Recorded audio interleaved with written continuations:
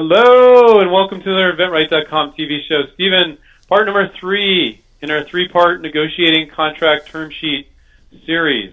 What are we talking about, number 3? Andrew, I just want to tell everybody, this is to me, contracts, negotiation is a blast. This is where you make your money. This is where I shine.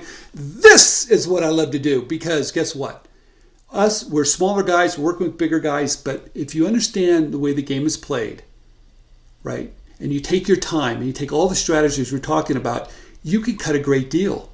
And that's what it's all about. But I want to talk about one thing in this contract that's so important that if you miss this, you might miss getting paid. Okay. Not getting paid. So this is the licensing contract you have with the company. Yeah. This one thing you're saying super important. What is it? Yeah, if you miss this, you guys, they could get around you and not pay you at all. Now this is called an improvement clause. What do you mean an improvement clause? Okay, improving what? Improving the product. Improvement. So what does this mean? I can guarantee you this. If you've got an idea and you file, let's say you filed a provisional patent application, or even if you've got a patent, I don't care. When you submit your idea to a company and they start to evaluate it, you've got a team of engineers in a room, right? And these guys see a new idea coming in, and they're kind of irritated, by the way, because they didn't think of it. All right. And number 2, they're thinking, well, we got to manufacture this now.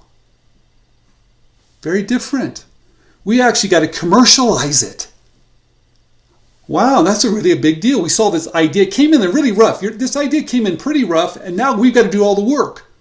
Well, because we have to do all the work, well, we're going to make improvements. We're going to make it so it can be manufactured, maybe high-speed equipment. We might change it. We might modify it. We might do all these things. So we want to own it now. What do you mean you want to own it now? See, this improvement clause is so critical because guess what, you guys? These guys are going to make improvements.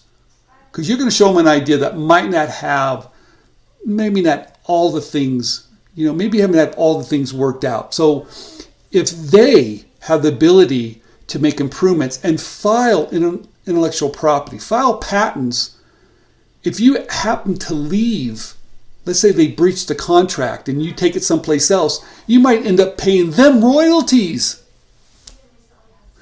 Can you imagine that? You might end up paying them royalties. Now, better yet, they might improve it, change it, and your patent application doesn't even have those elements in there.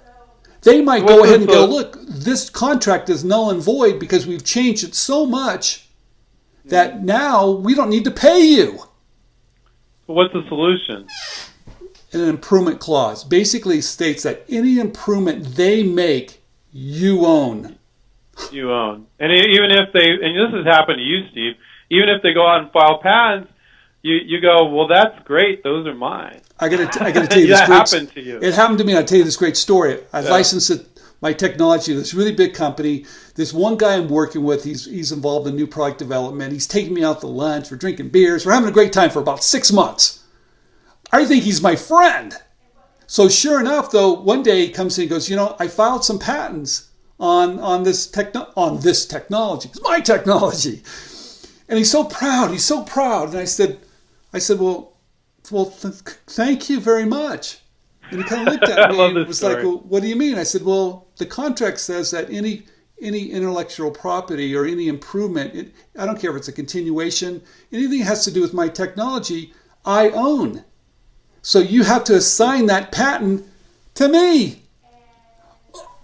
You should have seen the look on this guy's face. He's like, he didn't read the fine print. Now, that improvement clause is something that you need to slide in a little bit later because they fight about it.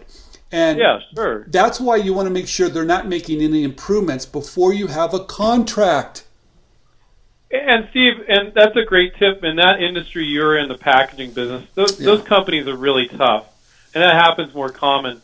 But I've never I don't know of a student of ours that have had that issue, but it's smart. What if you do? You want to protect yourself. Yeah, it just happened recently with one of our students that... the contract was written such a way they identified... Oh, I know who you're talking about. Yeah, they put the application of one of the filings in the contract.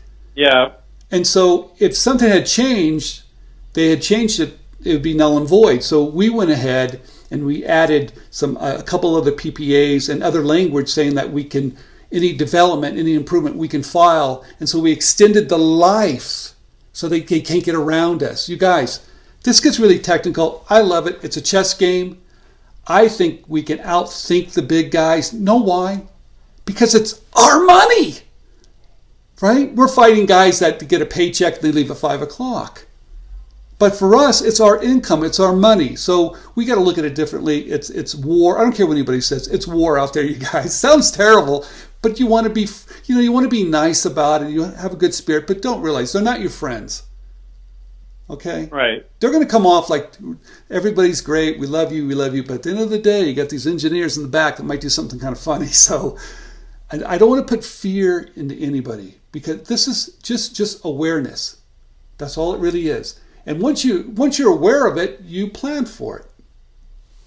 There you go. Yeah, and most of the time it doesn't happen, but if it does, you plan for the worst. Yeah. You know.